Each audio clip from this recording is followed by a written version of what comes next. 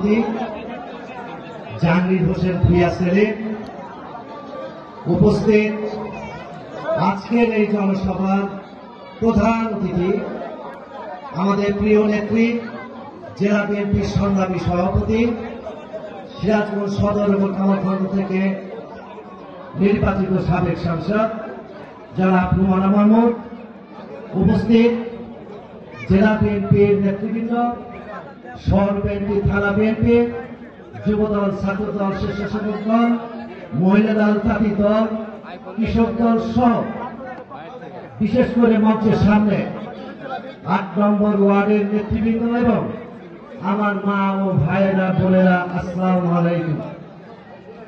আমি বক্তব্য দীর্ঘায়িত করব না, সময় সংক্ষিপ্ত। আমি বক্তব্য অনেকে শুনলাম,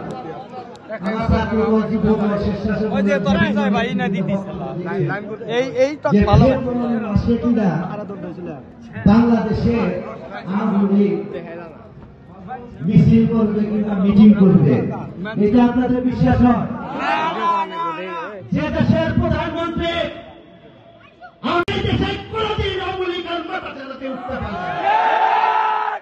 আমি বক্তব্য দীর্ঘায়িত দেব না। একটা বছর এই সরকার সময় নিচ্ছে, 18 মাস সেনাপ্রধান বলেছেন।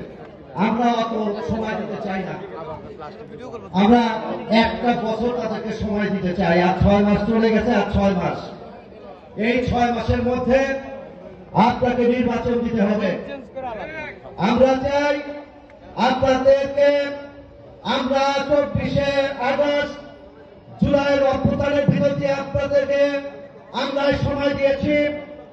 ইনশাআল্লাহ আমি আশা করিও আপনারা খুব শীঘ্রই একটা নির্বাচন দিবেন। আমরা পিছন দলে ক্ষমতা আসতে চাই না। আমরা বাংলাদেশের জনগণের ভালোবাসা নিয়ে এই দেশে আমরা একটি সুস্থ সুন্দর নির্বাচনের মাধ্যমে আমরা দেশ তারেক রহমানকে বাংলাদেশের প্রধানমন্ত্রী বানাতে চাই। এই উদাত্ত আহ্বান দিয়ে আমার সংক্ষিপ্ত বক্তব্য এখানে শেষ করছি। খোদা হাফেজ। বাংলাদেশ জিন্দাবাদ।